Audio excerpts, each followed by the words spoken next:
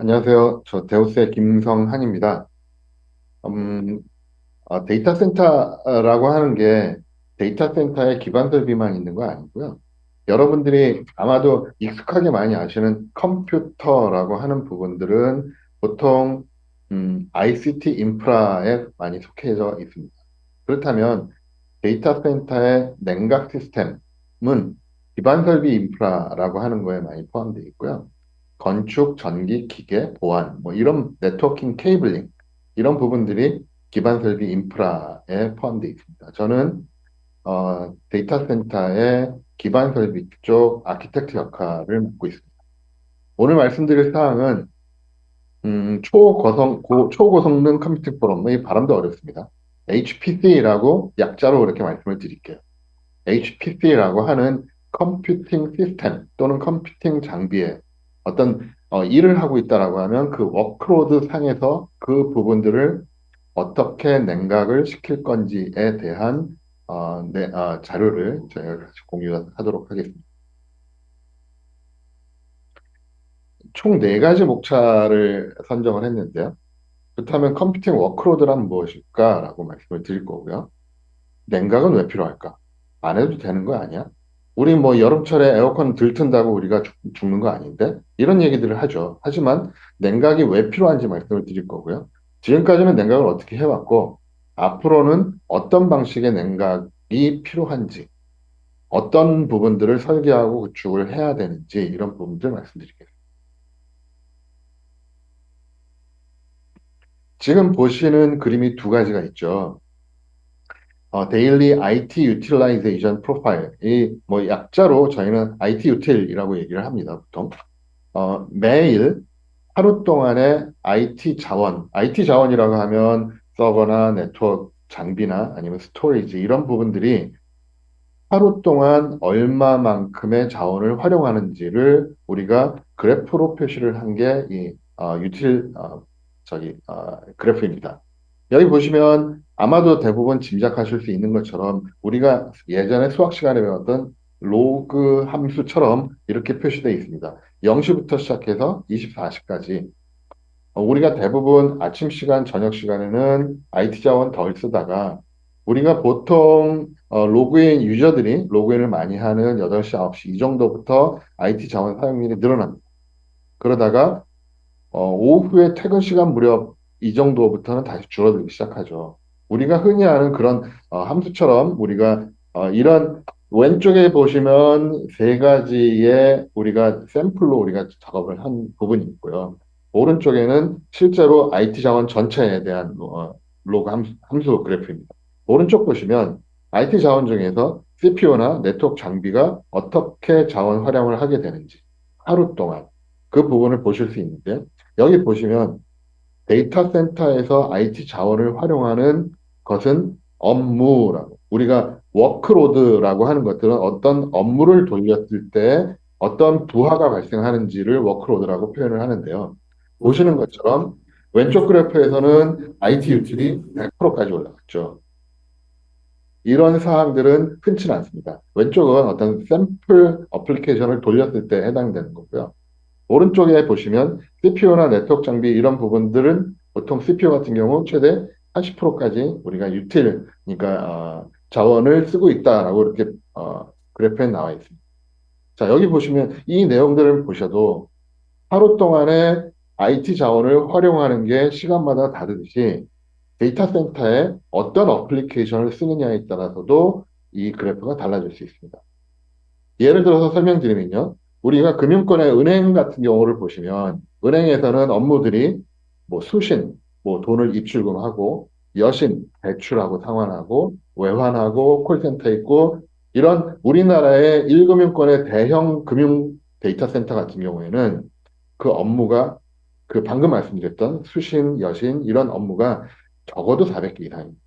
그게 데이터 센터 안에 있는 IT 자원들을 활용을 해서 방금 이 페이지에 보시는 것처럼 각각 시간대별로 워크로드라는 게 발생을 합니다. 지금 말씀드린 것처럼 금융권이냐, OTT냐, 클라우드 서비스냐, 여러 어플리케이션에 따라서 다 달라졌고요. OTT를 잠깐 말씀을 드리면 여러분들이 주로 낮에는 잘 안 보시잖아요. 유저들이 보통 밤에 많이 봅니다. 그렇다면 오후 6시 이후부터 12시가 피크를 치고요. 그런 것처럼 업무에 따라서 이 워크로드가 발생하는 게 시간대별로 다 달라요. 그리고 물론 매일 달라질 수도 있지만 월초, 월말에 따라서 달라질 수도 있고요. 월말에는 우리가 보통 결산이라는 걸 하게 되기도 하고 그렇기 때문에 워크로드라고 하는 거는 시간대별로 매일 어, 계절에 따라서 달라질 수 있다는 점 이렇게 아셔야 돼요. 여기 보시면 왼쪽은 방금 말씀드린 것처럼 IT 자원 전체, 서버 네트워크, 스토리지 전체 포함되어 있고요. 물론 샘플 어플리케이션을 돌리고 오른쪽은 CPU에 대한 유스지 이런 부분들을 설명을 하는데 보시면 우리가 어떤 IT 자원들을 100% 활용하고 있다라고 하면 그 부분은 분명히 장애가 생길 수 있습니다. 예전에 어느 은행에 디도스 공격을 받았을 때요. 거기에서 유저가 막 몰리게 되면 유틸이 100%가 넘어가게 되면 다운이라는 게 발생을 하게 됩니다. 따라서 우리가 IT 유틸을 이렇게 매일 이렇게 모니터링하고 하는 이유도 자원이 제대로 활용이 되는지 어느 특정 시간에 자원이 부족한 건 아닌지 이런 부분들을 확인하고자 하는 거고요. 오늘 말씀드릴 HPC의 워크로드에 대해서는 이 그래프로 충분히 설명을 드렸을 것이라 믿습니다. 그렇다면 워크로드에서 어떤 일을 하는 것은 어떤 어, 장비가 될 수도 있고 칩이 될 수도 있는데요. 먼저 칩부터 말씀을 드릴게요. 아까 IT 자원을 말씀드렸지만 IT 자원은 서버, 네트워크 장비 이런 부분들에 해당이죠. 스토리죠. 그렇지만 그 안에도 다 반도체 칩들이 들어가겠습니다. 현재 가장 그래도 지금까지 CPU를 만드는 인텔이라고 하는 회사, 그 다음에 GPU를 만드는 엔비디아라는 회사, 이 두 군데 회사가 제일 유명하죠. 거기 보시면 지금까지 현재 우리가 유통되고 설치되고 하는 것들은 CPU든 GPU든 4나노의 반도체 제작 공정을 거쳐 있는 그런 장비들이고요. 그게 반도체가 2나노까지, 3나노, 2나노까지 계속 개발이 될 예정입니다. 그거에 따라서 반도체의 집적도가 틀리고요. 반도체의 집적도가 높아질수록 해당 반도체에서 일하기 위한 어떤 전력량, 발열량 이런 부분들이 세집니다. 그렇다면 반도체의 집적도, CPU, GPU가 집적도가 높아질수록 우리가 아는 워크로드는 동일한 장비에서 반도체가 더 집적도가 높아질수록 더 많은 일을 시킬 수 있다는 뜻이고요. 그럼으로써 그 칩에서는 더 많은 전력량이 발생을 하고 소모를 하고 냉각을 위한 발열이 발생한다는 뜻입니다. 여러분들이 잘 아시는 엔비디아의 H100이라고 하는 칩이 있습니다. 그 칩은 그 안에 트랜지스터가 한 800억 개 정도 들어가 있습니다. 트랜지스터에 전기를 꽂아서 스위칭을 할 때마다 물론 클락 스피드에 따라 달라지지만 그때마다 트랜지스터 하나하나마다 전력 소모를 하고 엔비디아에서 발표한 H100 GPU의 칩은 그 칩은 700와트 정도의 발열이 전력 소모를 한다라고 되어 있습니다. 전력 소모는 곧 발열이 발생한다는 뜻이고요. 거기에서 엔비디아가 발표한 최근에 블랙웰이라고 하는 차세대 칩, 그 이후에 루빈이라고 하는 차세대 칩, 이런 부분들은 지금 H100보다 훨씬 더 집적도가 높기 때문에 훨씬 더 블랙웰이나 루빈으로 갈수록 전력 소모가 많아지고, 전력 소모가 많아지다 보니까 우리가 냉각을 하기 위한 어떤 시스템이 더 많이 필요합니다. 그런 상황이 되는 거죠. 왼쪽 편은 지금 말씀드렸던 그런 상황이고요. 중간 두 번째하고 오른쪽 편은 우리가 흔히 아는 AI에서 어떤 데이터를 돌리기 위한 파라미터를 몇 개를 돌리느냐에 따라서 지금 2018년부터 2022년까지 이 그래프가 나와 있습니다. 파라미터 개수가 굉장히 많죠. 처음에는 0.1이라는 숫자부터 시작해서 저 위에 만이라고 하는 숫자까지 올라갑니다. 이게 테라로 보시면 되는데요. 이게 매년 10배씩의 파라미터 개수가 늘어난다라고 생각하시면 되고요. 그렇다면 똑같은 2018년과 2022년에 시스템이 동일한 시스템을 쓴다라고 하면 10배의 파라미터 개수가 늘어나면 그만큼 늦어지겠죠. 그러면 10배의 파라미터 개수가 늘어날 수 있을 만큼 매년 그만큼 시스템은 발전하고 그만큼 그거에 해당되는 워크로드 때문에 우리가 발열을 해결을 해야 되는 상황이 생기기도 합니다. 자, 서버 쪽 말씀드릴게요. 칩을 몇 개를 쓰느냐. 예전에는 싱글 칩을 쓰는, 싱글 코어에 싱글 칩을 쓰는 서버들이 쭉 있었고요. 그러다가 듀얼 칩, 멀티 코어를 쓰는 그런 서버들이 늘어났다가 이런 식으로 서버들도 계속 발전해 나갑니다. 칩의 집적도가 늘어난 만큼 서버도 그만큼 훨씬 더 퍼포먼스가 늘어나고 그거에 따라서 전력량과 냉각용 필요 용량이 늘어나게 되니까. 이 자료는 예전에 그 안에 들어가는 CPU 하나에 100와트, 200와트 이런 시절부터 지금은 인텔 CPU는 300와트, 400와트 이렇게 올라왔고요. 아까 말씀드린 것처럼 GPU H100 칩 같은 경우는 칩 하나당 700와트 이렇게 올라가 있습니다. 그렇다면 집적도가 더 늘어난다면 2나노까지 집적도가 늘어나면 칩 하나당 700와트가 훨씬 넘어가겠죠. 그게 나중에는 칩 하나에 3000와트까지 갈 거다라고 하는 게 현재 시점에서 예측되고 있는 사항입니다.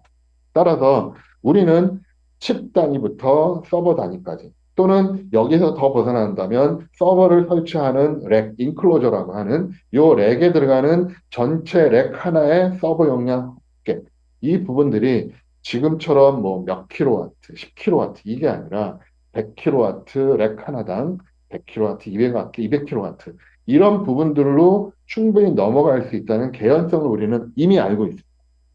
그렇기 때문에 우리 데이터 센터에서는 저도 아까 제가 기반 설비의 아키텍트 역할을 한다고 말씀을 드렸는데 이런 칩 단위부터 서버 단위 이런 부분들에 대한 ICT 인프라에 대한 어느 정도 이해가 있어야 향후의 전망에 따른 우리 데이터 센터 기반 설비를 설계하고 구축을 할 수 있는 겁니다.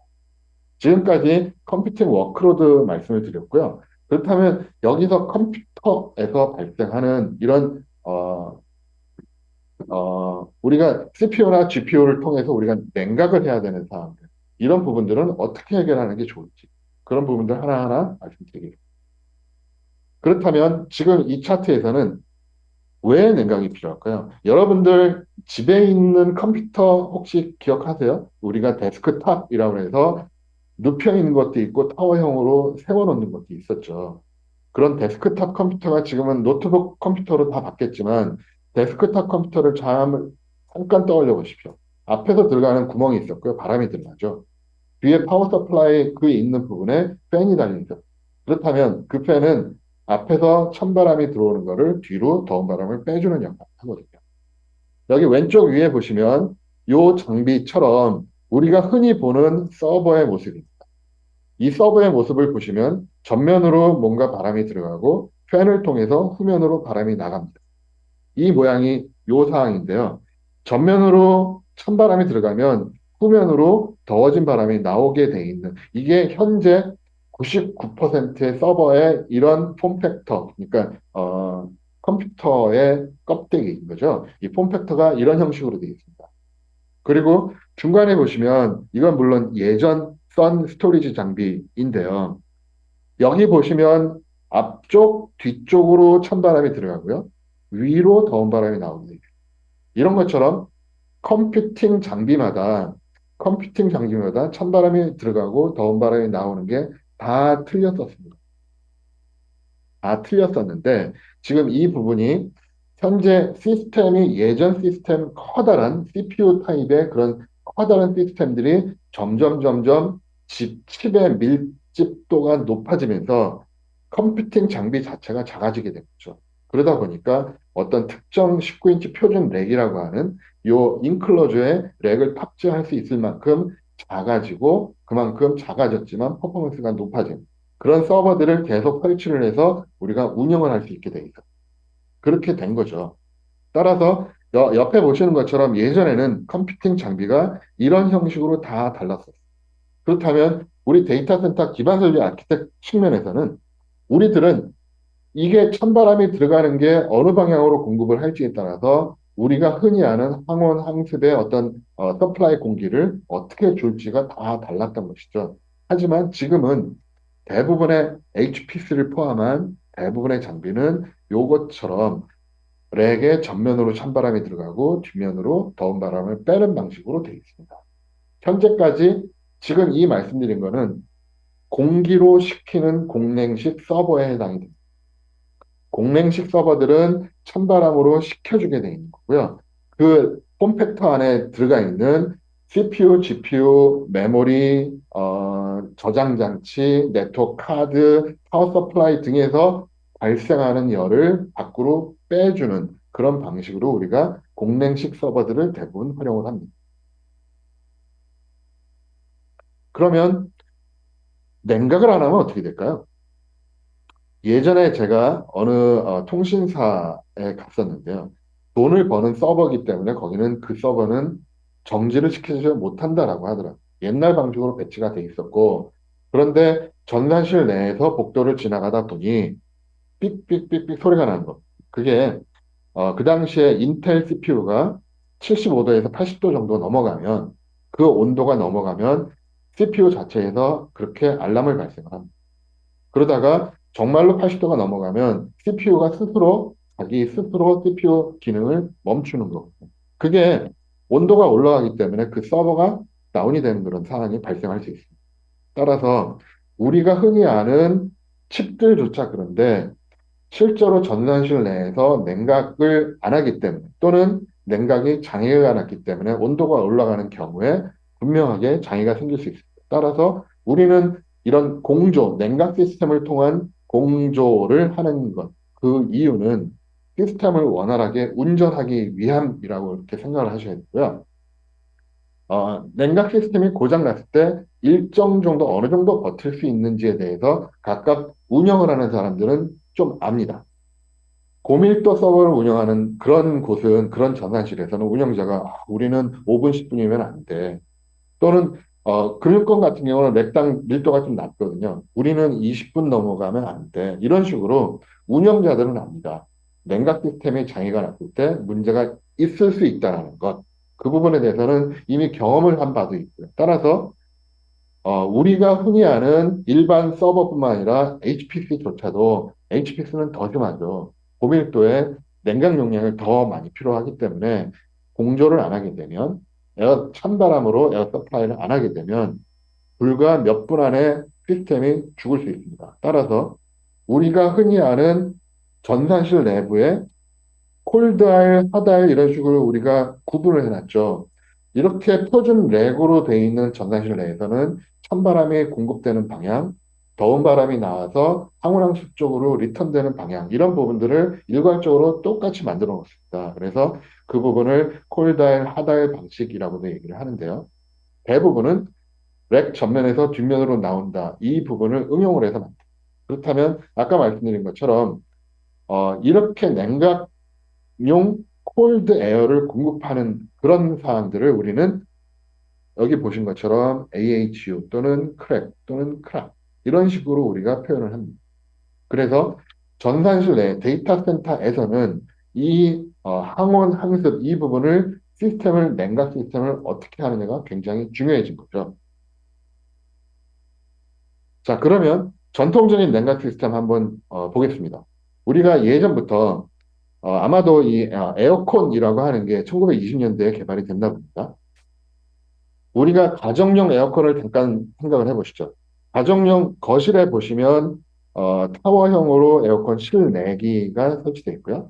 베란다나 밖으로 실외기가 설치되어 있습니다. 따라서 실외기에서 어떤 냉매를 열교환을 해서 찬 냉매를 공급을 해주고 실내기 안에 있는 팬을 통해서 찬바람을 계속 보내주는 거죠. 그리고 리턴된 더워진 공기는 다시 실외기로 보내는 이런 계속 순환되는 과정을 우리 데이터 센터에서 이런 방식의 공냉식 항온항습, 공냉식 공조기도 똑같은 방식입니다. 실내기가 있고요. 실외기가 있습니다. 실내기, 실외기. 이 내용은 아까 제가 공냉식 서버를 말씀드렸지만 지금은 공냉식 공조 시스템을 말씀드립니다. 따라서 공냉식 냉각 시스템은 예전부터 써왔던 거예요. 그러다가 여기 보시면 어,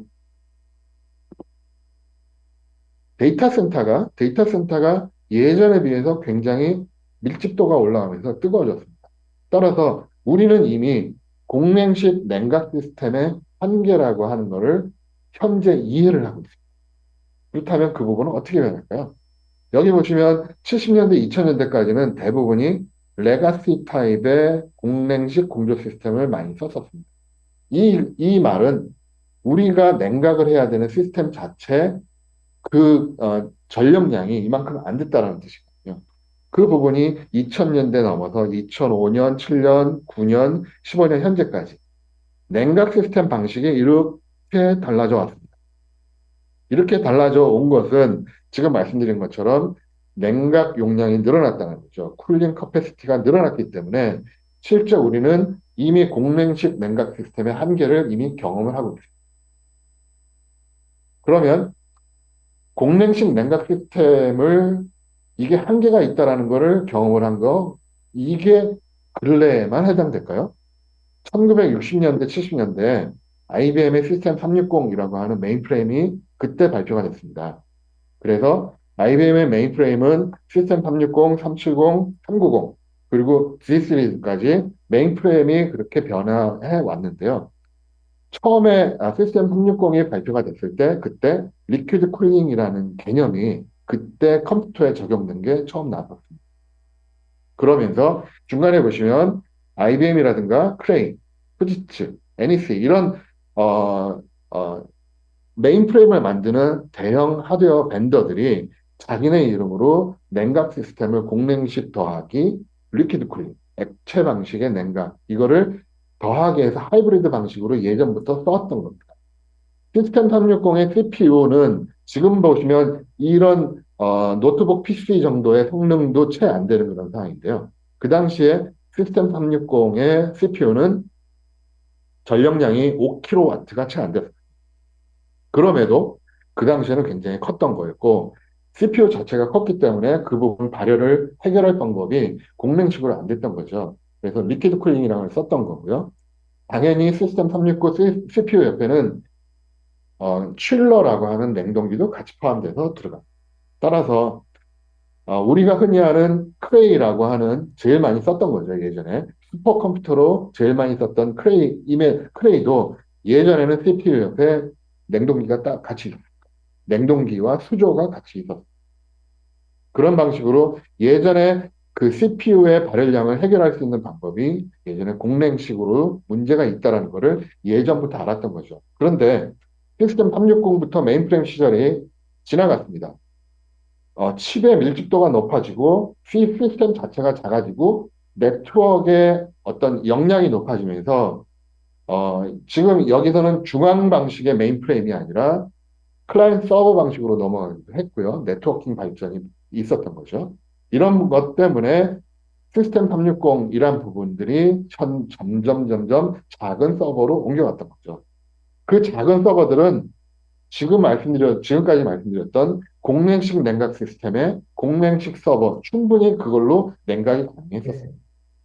그러다가 전 페이지에 말씀드렸던 것처럼 2000년 정도부터 서버 밀집도가 높아지면서 서버 자체의 전력량이 높아지게 됩니다. 그때부터는 공랭식이 분명히 한계가 있다는 것은 다 느끼게 됩니다. 그렇다면 이제 서버의 전력 밀도는 여기 보시는 것처럼 2011년 보통 한 2.4kW, 2020년도에 한 8.4kW. 이거는 업타임에서 전 세계 데이터 센터 대상으로 서베이한 결과입니다. 이게 뭐 물론 이제 어플리케이션은 어떤 걸 쓰느냐, 데이터 센터에서 서비스를 어떤 걸 하느냐에 따라 달라질 수는 있지만 대부분 전 세계 평균적으로 2020년에 오면 8.4kW, 굉장히 높아졌죠. 2011년에 비해서요. 그렇다면 서버 밀도는 2020년 이후에는 지금 보시는 것처럼 10kW가 넘어가죠. 현재. 대부분이 아마도 앞으로는 우리 데이터 센터에 있는 모든 시스템들은 아마도 평균 10kW는 넘어갈 것이다 라고 얘기들을 합니다. 그런데 지금 말씀드렸던 이 사항은 우리가 일반적으로 ICT를 운영을 할 때 일반적인 서버들, 일반적인 어플리케이션을 운영하는 서버들에 해당이 되고요. HPC는 이거보다 훨씬 높아지겠죠. 그 부분들은 우리가 지금 이 시간에서 조금 더 제가 말씀드리도록 하겠습니다. 여기 보시면 애슈레, ASHRAE, 애슈레라고 하는 미국의 냉동공조 협회라는 곳이 있습니다. 이 애슈레라고 하는 이 협회에서는 IT 장비 벤더들 또는 전기 공조 장비 벤더들 이 부분들이 다 합쳐서 협회를 구성을 하고 있는데요.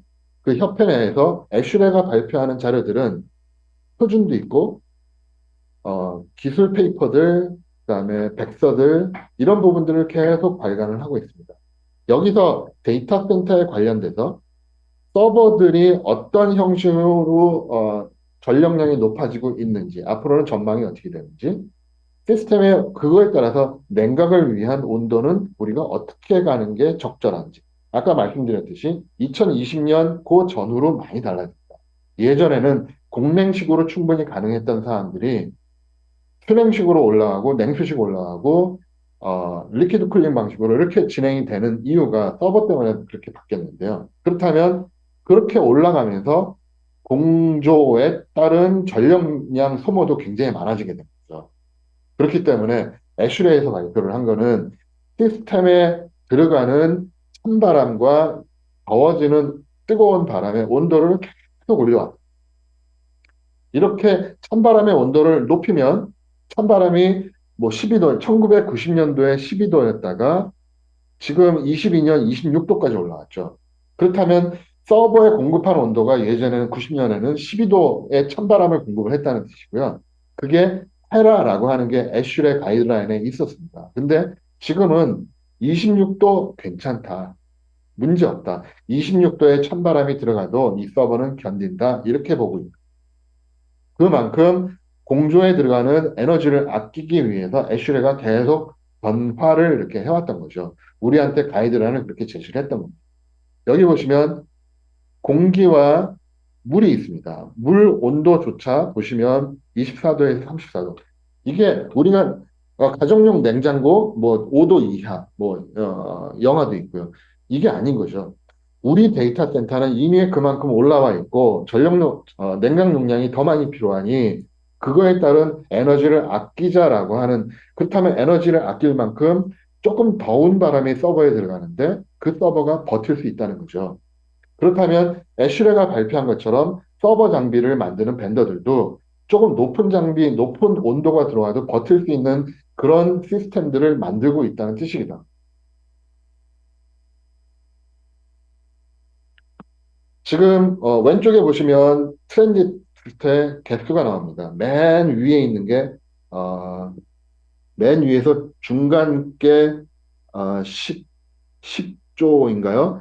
10조 개의 트랜지스터 개수 뭐 이렇게 나오는 거죠. 아까 제가 H100 엔비디아 칩 같은 경우가 800억 개의 트랜지스터라고 말씀을 드렸습니다. 엔비디아에서 발표를 했고요.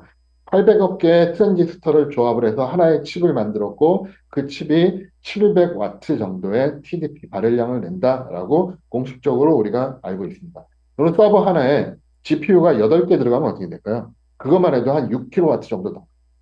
700와트 곱하기 뭐 8만 해도 한 6kW 정도 되는 거죠. 그러면 서버 하나가 대부분 CPU에다가 GPU를 꽂고 메모리 들어가고 하드디스크 들어가고 뭐 이렇기 때문에 보통 그런 경우에는 CPU, GPU에다가 나머지 포함해서 서버 한 대, 요 정도 되는 서버 한 대, 한 10kW 정도 이렇게 보여집니다. 흔히 우리가 엔비디아에서 발표한 DGX 100 서버인 경우에, H100 서버인 경우에 대당 10kW가 약간 넘습니다. 그거를 렉 하나에 DGX 서버를 4개를 꽂으면 그것만 40kW가 좀 넘는다는 뜻이고요. 거기에 스위칭 장비가 들어가고 하기 때문에 우리가 아는 H100 서버의 하나의 렉에 해당되는 거는 거의 50kW라고 이렇게 보고 지금 왼쪽에 보시는 것처럼 여기에 무어의 법칙이라고 하는 게 나옵니다. 무어의 법칙은 인텔 창립자죠. 인텔 창립자가 그 무어란 분이 발표한 건데요. 처음에는 2년 동안 칩의 성능이 2배가 높아진다 이렇게 왔다가 지금은 18개월, 1년 반이죠. 1년 반 있으면 칩의 성능이 2배씩 높아진다 이렇게 발표된 게 무어의 법칙. 삼성전자의 황모라는 분이 황의 법칙을 발표를 하셨는데 메모리의 성능도 집적도가 높아지면서 똑같이 1.5년 만에 퍼포먼스가 2배 올라간다. 이렇게 발표한 게 황의 법칙. 여기 왼쪽에 보시는 것처럼 쭉 나와 있는 직선, 이게 무어의 법칙에서 나왔던 거고요. 이 무어의 법칙에 따라서 인텔에서는 대부분 요거에 따라서 CPU를 계속 개발을 해왔습니다. 그러면 능력이 안 돼서 무어의 법칙을 깨고 0.5년, 6개월마다 2배를 못했을까요? 할 수도 있었을 겁니다. 하지만 지금 말씀드리려고 하는 사항은 아까도 말씀드렸죠. 트랜지스터 하나하나마다 전력 소모를 하게 됩니다. 그렇다면 집적도가 높아지는 거는 기술적으로 할 수 있다 쳐도 칩을 넣고 거기에 들어가는 서버를 만들고 렉에 세우고 했을 때 칩의 집적도가 급격하게 높아져서 발열 전력 소모가 급격하게 높아진다면 그 외에 나머지 부분들이 따라올 수 있었을까? 그렇다면 어쩌면 1.8년마다, 1.5년마다 CPU가 2배씩 증가하는, 성능이 2배 증가하는 게 어쩌면 그게 신의 한 수일 수도 있습니다. 여러분들이 많이 아실 거예요. 어찌됐건, 우리가 흔히 아는 무어의 법칙, 황의 법칙은 지금까지 삼성전자 CPU뿐만 아니라 마이크로소프트가 윈도우즈를 개발을 하고 각각 PC를 만들고 모든 회사들이 그거에 따라서 무어의 법칙, 황의 법칙에 따라서 지금까지 제품들을 만들어 왔습니다. 오른쪽 표는요, 아까도 말씀드렸지만 서버 시스템당 CPU, GPU 하나씩 들어가던 시절을 지나서 멀티코어 시절, 그 다음에 파워워 시절까지 와 있습니다. 지금 2018년부터 파워워라고 하는 시대에 와 있는데요. 지금은 아마 와트당 계산을 따진다면 칩의 전력량은 앞으로도 쭉쭉쭉 올라갈 그럴 회사를 보이고 있습니다. 그러나 분명히 한계는 있습니다. 아까 말씀드린 것처럼 4나노의 공정과 최대 2025년에 2나노 공정이 생기는데 그렇다면 그거 이상을 우리가 더 해결할 수 있는 공정이 나올까? 그 부분들은 만약에 시간 되면 오늘의 마지막 이제 별점 부분에 그 부분도 있는데요. 여러분들이 엔비디아 칩 H100이라고 하는 게 현재 많이 설치되어 있고 블랙웰이라고 하는 GPU 칩이 설치될 텐데 그렇다면 블랙웰 칩은 새로 개발한 걸까요? 그렇지는 않습니다. H100 칩을 2개를 이었습니다. H100 칩을 2개를 이어서 사이즈가 거의 2배가 된 거죠. H100에 비해서 블랙웰 칩은 사이즈가 거의 2배가 됐습니다. 아까 800억 개의 트랜지스터를 H100 거기에 집어넣었다, GPU에다 넣었다라고 말씀을 드렸지만 실제로 나중에 블랙웰 발표를 했을 때 보면 그게 사이즈가 2배가 되면서 그 칩에는 2천억 개의 트랜지스터를 사용했다라고 그렇게 우리가 보고 있습니다. 지금 보시는 장비들 잠깐 보시면요. 우리가 흔히 아는 서버와 약간 다릅니다. 왼쪽에 슈퍼마이크로에서 만든 이런 서버들을 보시면 이머전 쿨링, 우리가 액침이라고 해서 물에 담그는 거죠. 물에 담그는 방식의 서버들은 이렇게 생겼고요. 뚜껑이 필요 없죠. 서버의 폼팩트에 뚜껑이 필요 없습니다. 그래서 이 뚜껑을 안 달고 물에 담그는 타입이고요. 오른쪽을 보시면 이 내용들은 여기 파이프들이 호스가 이렇게 나와 있잖아요. 이 호스를 통해서 찬바람이 들어갔다가 더운 바람입니다. 이게 리퀴드 쿨링에서 다이렉트 칩 방식이라고 하는 내용이고요. 이런 형식의 서버들이 지금 나오고 있습니다. 액침 방식의 서버들과 물론 이제 서버들마다 아직 안 만드는 이유는 분명히 있습니다. 나중에 마지막에 이제 액침을 설명을 드리면서 그 부분 다시 설명드립니다. 지금까지 제가 이제 왜 냉각이 필요한가 말씀을 드렸죠. 말씀드린 것처럼 워크로드 때문에 발생된 어떤 발열량 이 부분을 냉각하지 않으면 문제가 발생할 수 있습니다. 우리가 데이터 센터의 가용성, 안정성이라고 하는 평가를 하게 되는데요. 데이터 센터 가용성이라고 하는 거는 분명히 우리 데이터 센터에서 IT를 운영을 하고 있는데 그 부분이 다운타임 없이 얼만큼 1년 동안 또는 몇 년 동안 우리가 운영할 수 있느냐. 그거를 수치화시키는 게 가용성입니다. 마찬가지로 안정성 역시 마찬가지입니다. 따라서 우리가 가용성, 안정성을 유지하기 위해서 실제로 우리가 CPU, GPU에서 우리가 어떤 방식으로 설치를 하는 게 좋을지 이런 부분들은 우리 머릿속에 담아 있어야 된다는 뜻인 거죠. 자, 아까도 지금까지 1920년대에 개발된 공랭식 냉각 시스템을 쭉 써왔습니다. 그러다가 한 2000년 무렵에 그 부분이 수냉식, 냉각식, 뭐 리퀴드 쿨링 이런 식으로 옮겨가고 있는 그런 추이인 거고요. 실제로 데이터 센터에서는 어떻게 운영을 하고 있을까요? 여기 보시면 이게 하나의 전산실이라고 보시면 됩니다. 하나의. 전산실로 봤을 때 찬바람을 이렇게 방 안에다가 공급하는 것. 이 부분은 우리가 냉각 시스템에서 룸 기반이라고 얘기를 하고요. 전산실 내에서 어떤 인클로저, 렉이 여기처럼 쭉쭉쭉쭉 열반돼 있을 때 열 하나하나 하는 것. 이 부분도 공랭식 시스템이 좀 진화한 거긴 한데요. 이렇게 열 기반으로 우리가 공조를 냉각을 하는 방법이 있고요. 렉 기반, 렉 하나하나에 우리가 공조 방식, 냉각을 하는 경우가 렉 기반에 해당됩니다. 룸 기반, 열 기반, 렉 기반 이런 부분들이 우리가 그동안 흔하게 제일 많이 썼던 것들이고요. 앞으로 지금 현재부터 앞으로까지 어떻게 변할지 설명드리겠습니다. 왼쪽 보시면 룸 기반, 열 기반, 렉 기반 이런 부분들이 하나의 전산실 내에서 그렇게 설치가 되어 있죠. 이 이유가 뭘까요? 하나의 전산실이 예전에는 전력 밀도 낮은 걸 쭉 써오다가 어느 시간이 지나서 우리가 흔히 아는 HPC 슈퍼컴퓨터의 감가상각 기간 보통 5년 하죠.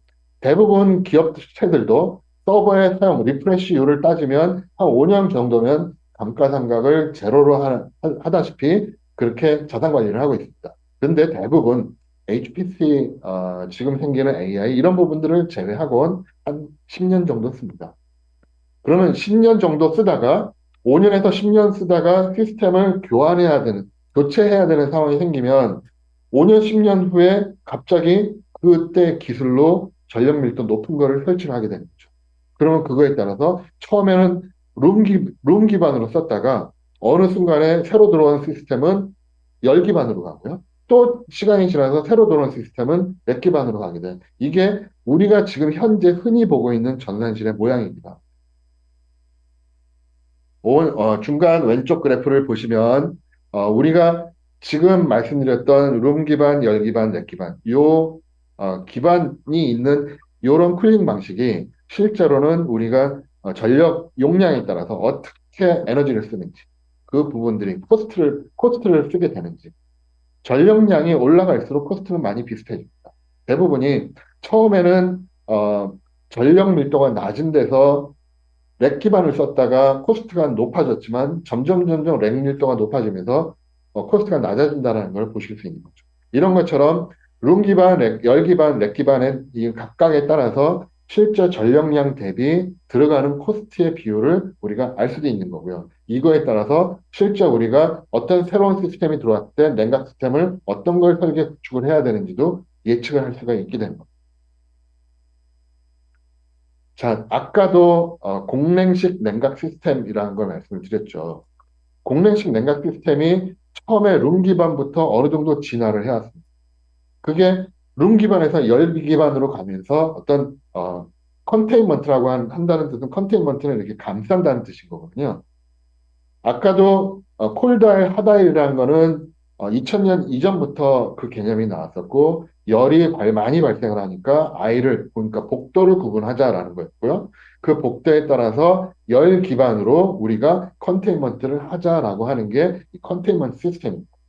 그 다음에 밑에 보시면 그 밑에 팬월 유닛 FWU라고 하죠. 팬월 유닛은 냉각 시스템이라는 게 아까 가정용처럼 실내기, 실외기의 공조 냉각 시스템이 있는데요. 전산실 안에 찬바람을 넣어주는 실내기 시스템이라고 하는 게 예전부터 우리가 흔히 아는 24시간 365일 가동할 수 있는 항온 항습기라고 하는 실내기를 써왔습니다. 그 항원 항습기의 어떤 기술 발전이 냉각 용량이 늘어나는 만큼 따라가지 못했던 거죠. 그래서 항원 항습기 실내기라고 하는 것들은 현재 전력 밀도가 높아져 있는 어떤 하이 덴시티 데이터 센터, HP 데이터 센터에서는 사실상 옛날 방식의 항온화습기는 사용을 못하게 돼 있어. 못하게 돼. 그만큼 기술이 못 따라온 거죠. 대신에 그 대신에 우리가 항온항습 냉각 시스템에 발표된 게 팬월 유닛이라고 하는 거고요. 팬이 벽처럼 월에 벽처럼 벽에다가 팬이 달려 있다는 뜻입니다. 이게 팬 그래서 하나가 바닥부터 천정 높이까지 팬이 전체가 다 깔려 있는 이게 팬월 유닛이라고 하는 게 지금 대부분 좀 전력량이 높다라고 하면 팬월 유닛을 많이 그렇게 설치를 하고 있죠. 오른쪽에 이제 그림을 보시면 컨테인먼트라고 하는 게 콜드아이를 감싼다라고 하면 콜드아이 컨테인먼트고요. 핫아이를 감싸면 핫아이 컨테인먼트. 그러면 더워진 부분에서 찬 부분을 콜드아이를 컨테인먼트 삼으면 어디선가 찬바람을 아래나 위에서 공급을 하고 시스템에다 공급을 하고 시스템 뒷면에서 나오겠죠. 이게 콜드아이 컨테인먼트 방식인 거고요. 핫아이 컨테인먼트 방식은 밖에서 찬바람이 들어가고 핫아이를 감싸는 겁니다. 핫아이에 나와 있는 더운 공기를 어디론가 빼주는 거죠. 이게 아까 데이터 센터 밖으로 뺄 수도 있고요. 상온항습기 쪽으로 뺄 수도 있어요. 그래서 재순환을 하게 됩니다. 이 부분이 찬바람이 들어가서 더운 바람이 순환하는 이걸 공기 흐름이라고 하고요. 공기 흐름을 관리하는 게 굉장히 중요해졌습니다. 그러면 아까도 제가 공냉식, 순냉식 냉각 시스템이 있다고 말씀드렸고요. 서버도요. 시스템도 공냉식 서버, 순냉식 서버 이렇게 구분을 할 수가 있어요. 그렇다면 순행식 서버에는 공랭식 냉각 시스템 못 주겠죠? 대부분이 이제 그렇게 생각을 하시면 되고요. 대부분이 그런 경우는 하이브리드를 많이 씁니다. 섞어서 많이 쓰겠죠. 그러면 지금 여기에서는 워터쿨드 방식의 냉각 시스템이 됐건 서버가 됐건 이 부분들을 에어쿨드하고 공냉식과 워터쿨드, 순행식을 어떻게 우리가 비교를 할 수 있을까? 서버에서 왼쪽 위에 보시면 어떤 특정 어플리케이션을 서버가 쭉 6대가 쭉 설치되어 있다고 봅니다. 그 안에서 각각 랭마다 서버들을 냉각 용량을 어느 정도 전력량을 서버들을 집어넣고 전력량이 나오고 냉각 용량이 나오죠. 그 부분들에 따라서 이 부분 실제로는 우리가 어, 공랭식으로 해서 우리가 시켜야 되는지 아니면 수냉식으로 하는 게 어떨지에 대해서 전력량 IT 덴시티에 따라서 실제로는 높이에 따라서 어, 전력량 비교를 하게 됩니다. 여기 보시면 공냉식보다 리퀴드 쿨링을 하게 된 시스템의 어떤 효율이 굉장히 높다라는 것을 보실 수 있습니다. 밑에 그래프를 보시면요. 밑에 그래프는 우리가 애슐레에서 데이터 센터의 워크로드를 여기처럼 7가지로 구분을 했었습니다. 7가지 구분을 했을 때 가장 보시면 첫 번째가 scientific이라고 되어 있죠. 이런 과학기술 계산용의 어떤 시스템들, 이런 시스템에 나오는 워크로드가 가장 높다라는 것을 이 그래프에서 보여줍니다. 이 내용은 애슐레에서 직접 서베이를 해서 만든 자료인 거고요. 이것처럼 우리가 흔히 아는 어떤 보통의 워크로드에 비해서 우리가 지금 여러분들이 몸담고 계시는 HPC 업계에서는 보통의 어플리케이션보다 워크로드보다 훨씬 더 높은 워크로드에 훨씬 더 높은 냉각 용량이 필요하다는 것을 알 수가 있습니다. 애슐레를 계속 말씀드리는데요. 애슐레는 옛날부터 현재까지 그리고 앞으로 미래까지 그 부분에 대해서 냉각 특히 냉동 공조니까요. 냉동과 공조를 위해서 가장 최적의 방안이 뭔지를 가이드라인을 우리한테 제시하고 있습니다. 여기 보시면 처음부터 나와 있는 게 클래스 A1부터 A4까지 이 부분에 대해서 실제로 시스템에 공급되는 공기의 온도가 어느 정도가 되는 게 적합할지 레커멘드 하는 게 있고요. 허용한다라고 하는 allowable 범위가 따로 있습니다. 우리가 레커멘드만 보시면요. 우리가 대부분 우리가 일반적인 시스템에 들어가는 거는 18도에서 27도 사이입니다. 18도에서 27도 사이에 어떤 공기 순환만 있으면 일반적으로는 모든 시스템들을 다 돌릴 수 있다고 하고요. 클래스 A1부터 A4가 다르듯이 우리가 몸담고 있는 HPC 영역은 또 다릅니다. 이게 2021년에 A1, 클래스 A1, A4는 그 이전에 발표됐지만 하이 덴시티 장비, 그러니까 HPC 장비에 대해서는 2001년에 애슐레가 발표를 했어요. 여기 보시면 H1이 18도부터 22도까지죠. 18도부터 22도까지 요 안에 하이 덴시티 서버에는 요 안에 공기 순환을 하는 게 가장 우리는 추천한다라고 돼 있는 거예요. allowable 범위, 허용 가능한 범위. 여기 보시면 허용 가능한 범위는 5도부터 25도까지, 5도부터 25도.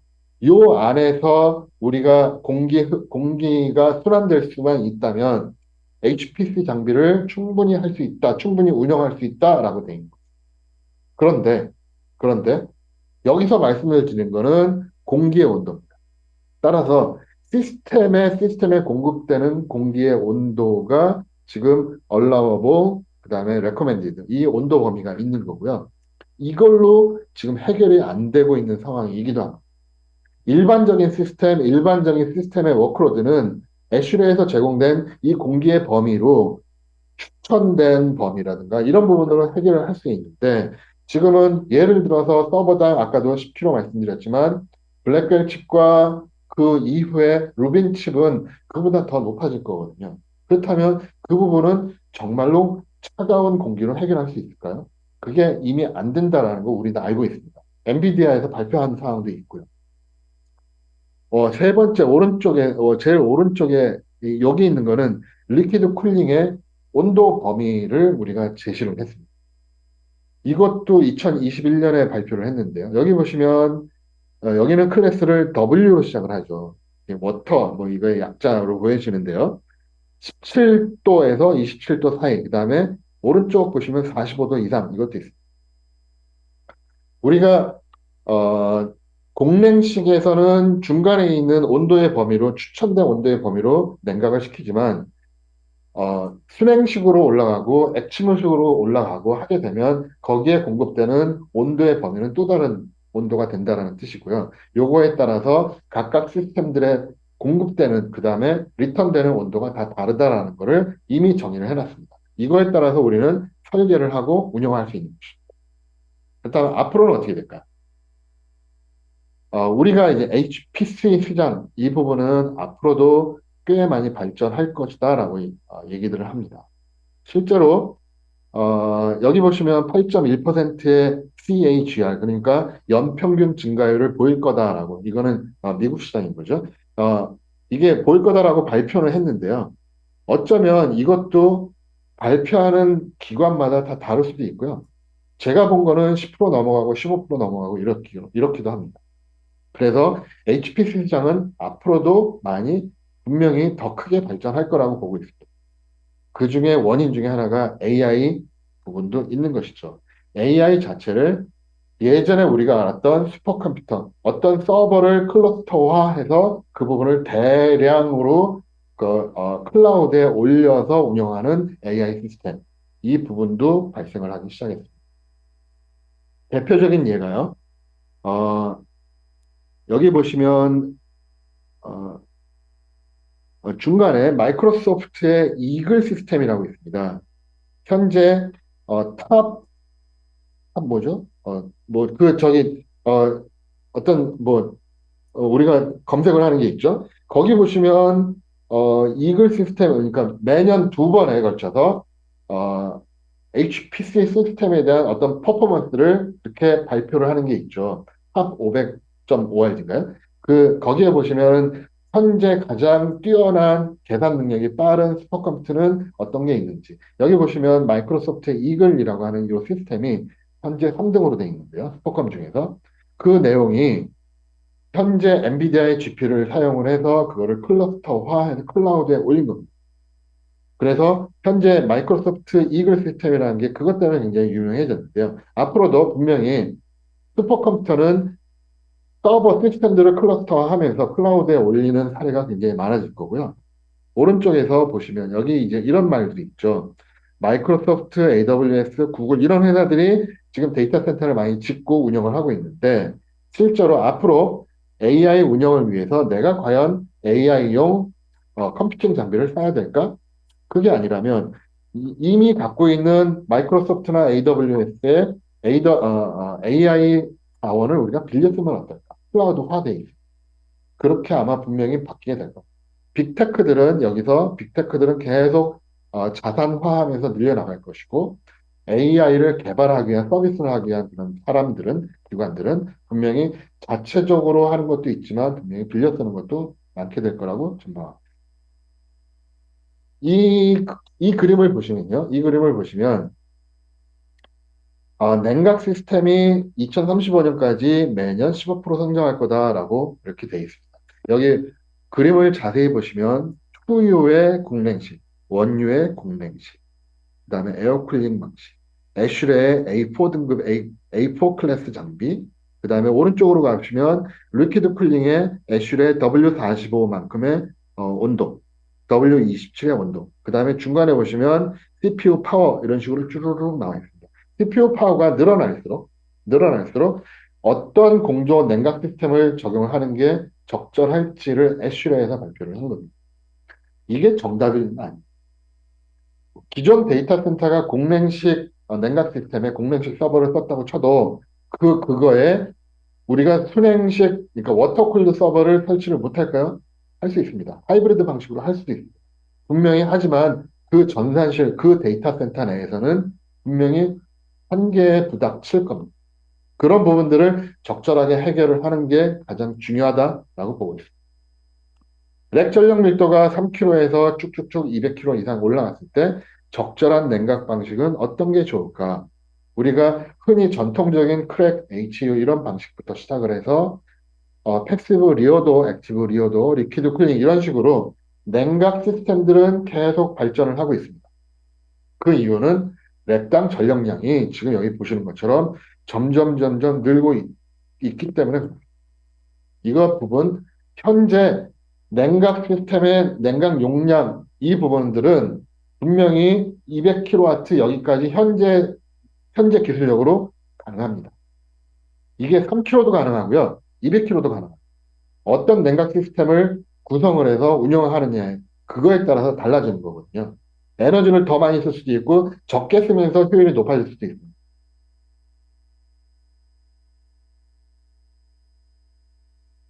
이 차트에서는 다음부터는 이제 리퀴드 쿨링 대표적으로 세 가지가 있는데요. 그 부분에 대해서 리퀴드 쿨링 우리가 좋은 게 뭘까? 이 부분이 있는데요. 리퀴드 쿨링이 그 전에는 여기 보신 것처럼 하달, 콜달 구성하고 컨테인먼트 구성하고 어떤 공랭식 방법, 공랭식으로 냉각하던 방법도 점점점 아까도 룸베이스부터 열기반, 뭐 렉기반 이렇게 진화한 것처럼 공랭식도 계속 진화해 왔지만 한계에 부닥쳤다고 말씀드렸습니다. 그거에 따라서 리퀴드 쿨링 대표적인 세 가지를 지금부터 말씀드리는데요. 세 가지 방식은 아까도 우리가 집에 있는 데스크탑 컴퓨터를 잠깐 생각을 해보시면 옛날부터 CPU라고 하는 거에 CPU에 CPU가 뭔가 얹혀져 있었죠. CPU가 얹혀져 있는 어떤 판이 있었고요. 그 판 위에 냉각 핀이라고 하는 게 계속 달려 있었을 겁니다. 예전엔 다 공랭식이었습니다. 그런 것처럼 CPU 위에서 핀이 다 달려 있기 때문에 거기서 전달된 열을 찬 기온으로 다 공기 중으로 회수하는 이런 방식으로 가장 많이 썼던 거죠. 그런데 집적도가 높아지다 보니 그런 공랭식으로 한계가 생겼고 그 부분을 여기에다가 찬물을 집어넣으면 이거를 흡수할 수 있지 않을까? 그게 콜드 플레이트 방식. 여기 보시면 콜드 플레이트 쿨링 이란 것은 CPU, GPU, 메모리 보드 여기에다가 어떤 특정한 플레이트에 찬 물을 집어넣고 더워진 거는 다시 회수를 하는 방식. 이게 콜드 플레이트 방식이고요. 실제로 서버 내에서는 이런 방식으로 냉각시킬 수 있는 거는 CPU, GPU, 메모리 보드, 하드디스크 이런 부분들에 해당이 됩니다. 넓은 면적의 보드 밑에 깔려 있는 글쎄 네트워크 장비를 하는 데 곳이 있는지 모르겠지만 대부분이 그 정도의 냉각을 시킬 수 있는 방법을 갖고 있습니다. 그렇다면 10kW 서버 내에서 CPU, GPU, 메모리 보드 뭐 이런 부분에서 발생하는 열은 얼마나 될까요? 보통 한 85%에서 한 90% 정도입니다. 그렇다면 10kg용 10kg의 발열량이 생기는 어떤 서버에서 1kW는 우리가 이런 콜드 플레이트 쿨링으로 해결이 안 된다는 뜻이죠. 그런 경우에는 별도로 그 남아있는 10%의 발열을 해결하기 위한 또 다른 공조 시스템이 필요합니다. 냉각 시스템. 따라서 콜드 플레이트 쿨링은 아까 제가 계속 말씀드렸던 하이브리드 방식, 공냉식 냉각 시스템과 리퀴드 쿨링 방식의 냉각 시스템을 같이 쓰는 거죠. 하지만 예전에 100% 공냉식 쓰던 거에 비해서 지금은 공냉식 냉각 시스템을 10%만 쓰면 되니까 예전보다 훨씬 에너지 효율이 높아지게 됩니다. 중간에 보시면 리어도어 힛 익스체인저, 뒷문짝이죠. 리어도어 뒷문짝에다가 여기서 열 교환을 시키는 겁니다. 말씀드린 것처럼 렉은 전면에서 찬바람이 들어와서 뒷면으로 더운 바람이 나옵니다. 요 온도 차가 아까 애슐에 나와 있는 것처럼 보통 10도에서 한 12도 정도 차이가 나는 거죠. 예를 들어서 26도에 더운 바람이 들어가면 나가는 온도는 한 36도, 38도가 될 수도 있습니다. 그러면 전단실 내가 굉장히 뜨거워지겠죠. 그 내보내는 그 온도를 낮추겠다라고 하는 게 이 리어도어 힛 익스체인저 방식. 이것은 앞에서 들어온 찬바람을 뒤에서도 어느 정도 찬바람으로 내보내겠다라는 뜻으로 이해를 하시면 됩니다. 마지막에 리퀴드 이머전 쿨링, 우리말로 현재 액침 침수 냉각 이렇게 우리가 부르고 있습니다. 이 냉각 방식은요, 서버 시스템 자체를 비전도성의 용액 안에 담그게 됩니다. 그 용액은 찬 온도를 유지를 하다가 시스템이 돌아서 더워진 냉매는 다시 돌아서 열교환을 시킨 다음에 다시 이런 식으로 그 냉매가 돌게 순환을 하게 되는 거죠. 따라서 이 이머전 쿨링에서는 어, 그 용액, 우리가 쿨런트라고 얘기하는데요. 그 또는 냉매, 이 용액 안에 우리가 몇 도의 온도를 공급을 해서 이 용액을 몇 도로 유지를 하느냐, 더워진 거는 몇 도로 나오느냐, 이거에 따라서 에너지 사용량이 달라집니다. 그거에 의해서 지금 콜드 플레이트나 리어더 RDHX 방식이나 이머전 쿨링이나 어떤 방식을 어떤 시스템에 적용할, 어떤 서비스에 적용할 거냐. 그렇다면 우리는 몇 도의 냉수를 집어넣을 거냐, 몇 도의 냉수를 집어넣고 얼마만큼의 냉수를 공급을 할 거냐. 이거에 따라서 요 세 가지 시스템을 선택하는 게 다 달라집니다. 하나하나 설명을, 이제 하나하나 설명을 드리도록 하겠습니다.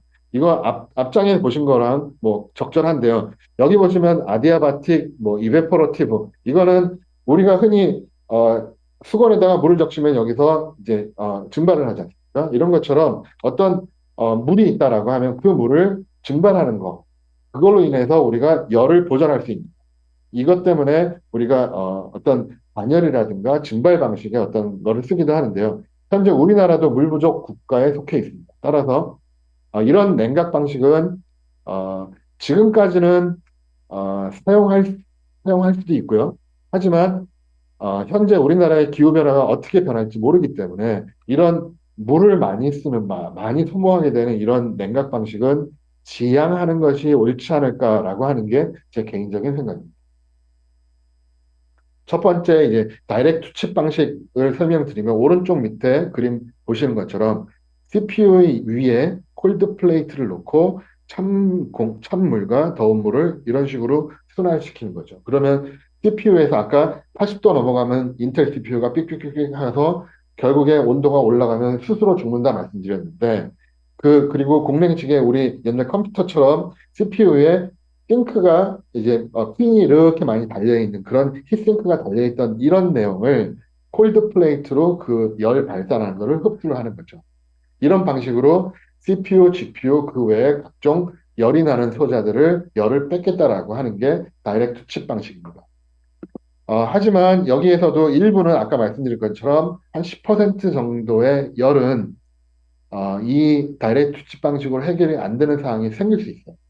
그렇기 때문에 이 사항은 하이브리드 방식으로 우리가 설계 구상을 하는 게 적절하다 보여집니다. 말씀드린 것처럼 RDHX 방식은요, 렉 뒷면에 이렇게 팬이 달려 있습니다. 앞에서 찬바람이 들어온 거를 뒷부분에 더운 바람을 다시 내보낼 때 더 뜨거운 게 아니라 찬바람으로 내보낼 수 있게 해주는 것이 RDHX 방식입니다. 이머전 쿨링 액침 방식은 말씀드린 것처럼 이런 용액에다가 이게 용액으로 약간 외곽돼 있죠. 이런 부분처럼 시스템을 물에다가 담그는 거죠. 물에다 담그는데 아직은 대부분이 싱글 페이지 방식을 가장 많이 쓰고요. 어, 듀얼 페이지 방식은 아직까지는 현재 개발 단계로 보시면 적절하겠습니다. 지금까지 시스템이 뭔지, 워크로드가 뭔지, 옛날에는 냉각을 어떻게 했는지, 앞으로는 어떻게 해야 되는지를 말씀을 드렸습니다. 어, 앞으로의 냉각 방식은 시스템의 집적도가 높아지면서 그야말로 하이 덴시티 서버, HPC 시스템 이런 식으로 우리가 어떤 시스템 자체 전체가 냉각 용량이 올라가고 있는 추세이거든요. 그렇다면 그거에 따라서 공냉식 냉각 시스템보다는 수냉식 냉수식 냉각 시스템에다가 리퀴드 쿨링 방식을 더해진 시스템을 우리가 적용을 해야만 우리가 알게 되는 렉당 전력량 10kg에서부터 100kg, 200kg까지 우리가 그 냉각을 할 수 있는 방법이 되지 않을까 이렇게 보여집니다. 여러분들이 만약에 여러분들 시스템을 앞으로 벌어지는 HPC 또는 슈퍼컴퓨터 또는 AI 데이터 센터를 만약에 하신다라고 치면 신축을 하는 경우에는 아까 말씀드린 것처럼 5년, 10년 동안 어떤 시스템에 적용될 리퀴드 쿨링 방식을 놓을 건지 그렇다면 예를 들어서 콜드 플레이트 방식의 리퀴드 쿨링을 처음에 우리가 적용을 했다라고 하면 5년, 10년 후에는 어떤 방식으로 할 수 있을까라는 것도 예측을 해야만 충분히 그 데이터 센터를 오래 쓸 수 있는 거죠. 그리고 그렇게 예측을 해서 다른 방식의 리퀴드 쿨링을 쓸 수만 있다면 실제로 아까도 말씀드렸던 슈퍼마이크로의 액침물 시스템을 썼다가 액침 방식의 서버가 아직 안 나온 그런 서버 벤더들도 있거든요. 그런 시스템들을 우리가 선정할 때도 유리하게 되는 거죠. 처음에 액침으로 갔으면 그 다음에도 액침으로 가야 되는 상황이 그렇게 발생을 한다라고 하면 그건 분명히 제한적이게 될 겁니다. 따라서 여러분들이 처음에 만약에 데이터 센터를 신축을 해야 된다라고 하면 그 부분을 고민을 하셔야 되고요. 만약에 기존 데이터 센터를 우리가 시스템이 능력이 올라가는 것만큼 새로운 시스템은 새로운 냉각 시스템을 하겠다라고 하신다면 충분히 가능합니다. 그 부분에 대해서는 기존 데이터 센터의 공냉식의 냉각 시스템에 더해서 하이브리드 방식으로 할 수 있다라는 것을 명심을 하면 좋겠습니다. 여러분들의 데이터 센터는 충분히 기존 데이터 센터 운영하시는 부분들은 가능하다 이렇게 보시면 되고요. 어, 이제 결론까지 말씀드렸지만 아까 이제 첨부 부분 좀만 더 말씀드릴게요.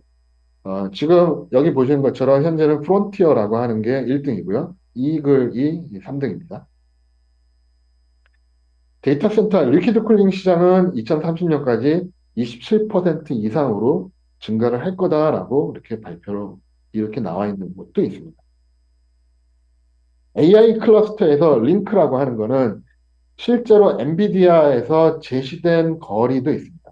몇 미터 안에 설치를 해라. 이 내용은 예를 들어서 아까도 말씀드렸던 이게 DGX 서버가 4대가 설치되어 있는 거거든요.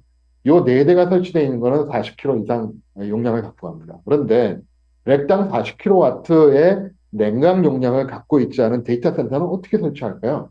그러면 DGX 서버를 2개 하고 옆 2개는 설치 안 하는 거죠. 그러면 렉당 2개씩만 하면 20kW입니다.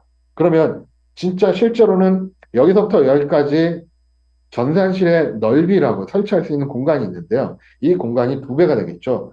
40kW 렉 하나를 설치를 못해서 20kW 렉 2개를 설치를 하면 공간이 2개가 되는 거죠. 공간이 있다 쳐도 그렇다면 AI 클러스터를 유지를 하기 위한 거리는 문제가 없을까? 이런 부분도 고민을 해야 되고요.